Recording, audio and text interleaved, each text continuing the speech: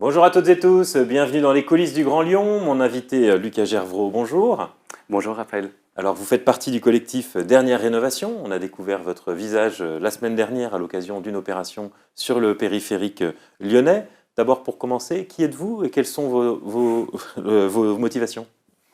Je suis un citoyen lambda, ordinaire, qui a fait des études, qui a cherché à s'engager le plus possible et qui a connu pas mal de défaites sur plein de trucs et qui a découvert Dernière Rénovation en été de cette année. Et je me suis dit que ça pouvait vraiment être une des façons qui me permettraient de combler mon combler mon éco-anxiété par l'action. Et voilà. Sinon, je travaille à Lyon depuis un moment et je suis super bien dans cette ville. Vous êtes ingénieur nucléaire chez Framatome, je crois. Oui, c'est ça. C'est-à-dire chez les militants écologistes, on peut être ingénieur, travailler dans l'industrie du nucléaire et militer. Oui, carrément. Les deux sont complètement compatibles. Il y a plein de choses qui le prouvent, mais le discours de Jean-Marc Jancovici, par exemple, permet d'éclairer sur le fait que les énergies alternatives et le nucléaire peuvent travailler ensemble et ce serait ça qui serait super. Mais je pense que ce n'est pas le point le plus important de cette interview, le nucléaire. Alors revenons à l'action de vendredi. On a vu les images, c'est assez tendu. On voit que ça suscite quand même beaucoup d'hostilité de la part de certains automobilistes. Comment vous avez ressenti les choses? L'action en soi s'est très bien passée, malgré qu'il y ait de la violence, parce qu'on y est préparé à la violence et on sait comment y réagir. Il y a les personnes de Dernière Rénovation présentes sur l'action, il y a 2 personnes qui sont là pour désescalader la violence et encaisser cette violence au plus possible. Ensuite, cette action, les forces de l'ordre arrivent très rapidement, donc la violence est aussi canalisée par les forces de l'ordre et les automobilistes se sentent soulagés rapidement. Mais cette violence reste quand même un problème, ça serait génial qu'il n'y en ait pas. Mais en même temps, si on pouvait ne pas faire de blocage, ça serait aussi super, qu'on ait d'autres moyens d'action, ça serait très bien. Mais pour l'instant, on n'a pas trouvé mieux avec le nombre de personnes qu'on est. Et pour avoir une résonance médiatique comme celle qu'on a aujourd'hui, le blocage et la perturbation, c'est ce qu'il y a de mieux. On se souvient des opérations qu'il y avait pu avoir sur les ronds-points, des gilets jaunes, et on se souvient qu'il y a eu plusieurs accidents dramatiques. Est-ce que c'est quelque chose auquel vous pensez? C'est parce que vous n'êtes pas finalement pas assez nombreux pour ce type d'opération? C'est en effet la plus grosse peur qu'on ait, qu'il y ait une ambulance, qu'on n'arrive pas à la voir, qu'on n'arrive pas à la faire passer. Mais encore une fois, c'est quelque chose qu'on travaille vraiment le plus possible à l'avance. Pendant le blocage de samedi, on a laissé passer 2 ambulances, ça s'est super bien passé, et parce qu'on les voit, on les entend, et les hôpitaux sont prévenus à l'avance. Oui, c'est vrai qu'il y avait eu des ambulances qui avaient été bloquées, mais il y avait aussi des gilets jaunes qui avaient été renversés par des automobilistes sur des ronds-points. Oui, par contre, là, la violence des automobilistes vers les bloqueurs, en effet, elle fait vraiment peur. Et pendant toute l'action, on est souverain. C'est-à-dire qu'on a le droit de partir de l'action en tant que bloqueur. Il n'y a pas du tout de force plus haute qu'eux qui leur disent vous restez là si c'est dangereux. Et il y a plusieurs mécanismes qu'on met en place, plusieurs parades, en fonction d'un automobiliste qui soit trop violent. Mais ça peut être de replier le barrage, ça peut être d'accepter que le barrage est fini parce qu'il y a trop de violence. Ce qu'on comprend, c'est qu'il y aura d'autres opérations. À Lyon, il y aura d'autres opérations. À Paris, il y aura d'autres opérations. À Toulouse, il y en a aussi. Et on est sur la 3e vague, la fin de la 3e vague d'action. Il va y avoir ensuite une 4e vague de mobilisation, puis une 4e vague d'action. Toujours sur des périphériques ou vous pouvez aussi avoir d'autres types d'actions? Dernière Rénovation, pour l'instant, fonctionne avec 2 types d'actions. Des actions médiatiques, comme l'arrêt du Tour de France ou l'arrêt de la demi-finale à Roland-Garros, ou la mise en berne du drapeau au-dessus du Panthéon. Ça, ce sont des actions médiatiques, des actions coup de poing, qui ont juste pour but de mettre en avant sur le débat public la rénovation thermique des bâtiments et la résistance civile. Et il y a aussi des actions de perturbation qui, le but, sont qu'elles soient à répétition, et comme les blocages de route. Vous vous attaquez pas aux œuvres d'art en revanche? C'est pas un choix qui est fait maintenant, mais cette attaque aux œuvres d'art a réussi médiatiquement. C'est vraiment une action qui a ses défauts et ses doutes, mais elle a vraiment réussi parce qu'elle a permis à ce qu'on pose la question de pourquoi est-ce que des jeunes osent poser la question qu'est-ce qui vaut plus que l'art? Est-ce que le climat vaut plus que l'art? Alors vous avez parlé d'opérations à Paris, à Toulouse, en même temps, qui sont coordonnées. Ça veut dire que derrière, il y a un mouvement coordonné. Comment ça fonctionne? Donc, Dernière Rénovation, c'est une campagne de résistance civile qui s'est commencée après un ultimatum passé au gouvernement en janvier 2022, où des citoyens se sont dit il faut qu'on lance quelque chose de plus important et pour qu'on essaie de créer un rapport de force pour obliger le gouvernement à avancer sur le plan de la rénovation thermique des bâtiments.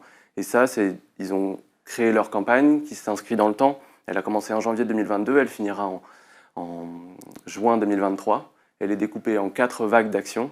On a eu la première, certains blocages de routes, puis la deuxième où il y a eu les actions au Tour de France, par exemple, la troisième dans laquelle on est.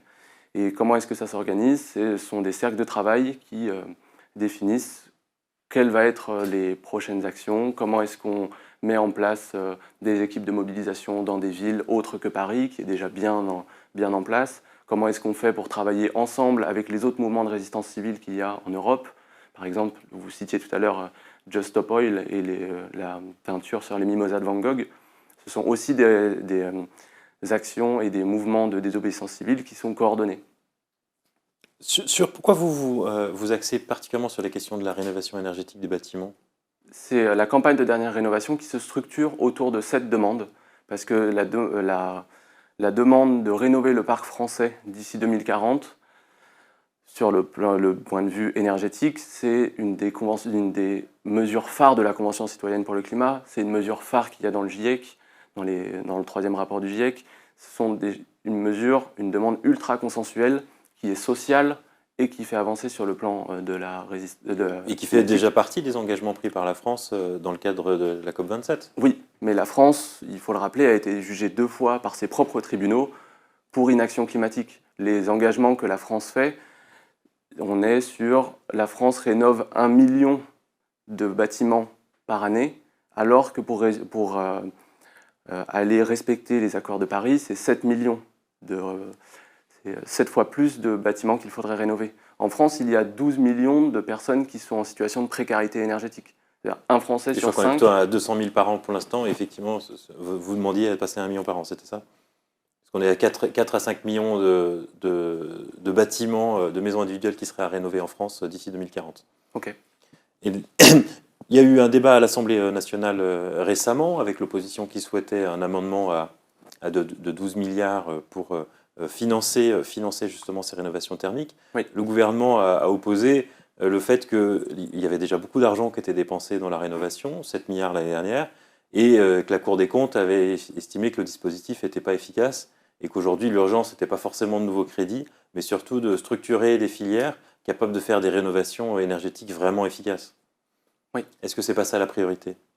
Ben si, complètement. Ce que vous dites, ce que la Cour des comptes met en avant et le fait de structurer ces filières. Et en effet, à Lyon, par exemple, la mairie de Lyon a vraiment envie de faire le plus possible pour la rénovation thermique des bâtiments, mais il manque de monde. Et il manque de monde concrètement, c'est-à-dire qu'il n'y a pas assez de monde, même s'ils voulaient pouvoir faire plus. Mais le problème, ce n'est pas il manque de monde maintenant, c'est il faut qu'on ait des choses ambitieuses sur la rénovation thermique des bâtiments. C'est là où il y a une différence entre ce que le gouvernement fait actuellement. Il y a des choses qui se passent, il y a des engagements qui sont pris, mais c'est l'ambition qui n'est pas à la hauteur.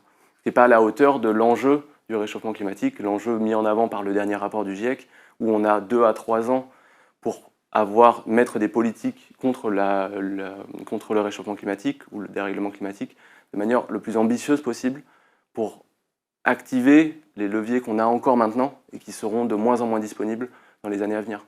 C'est l'ambition qui est vraiment importante. Pour revenir sur l'opération, comment ça s'est terminé? On a vu qu'il y avait eu des interpellations qui paraissaient assez musclées par les forces de l'ordre. Ça s'est bien fini pour vous? Oui, complètement. Alors, pour mon cas, moi, je prenais des photos. J'étais reporter pour cette action. Donc moi, j'ai pu partir sans problème en tant que reporter. Mais pour les personnes qui étaient bloqueurs, qui ont fait l'action du début à la fin, ils se sont fait arrêter par les forces de l'ordre et ils sont allés ensuite en garde à vue pendant une dizaine d'heures.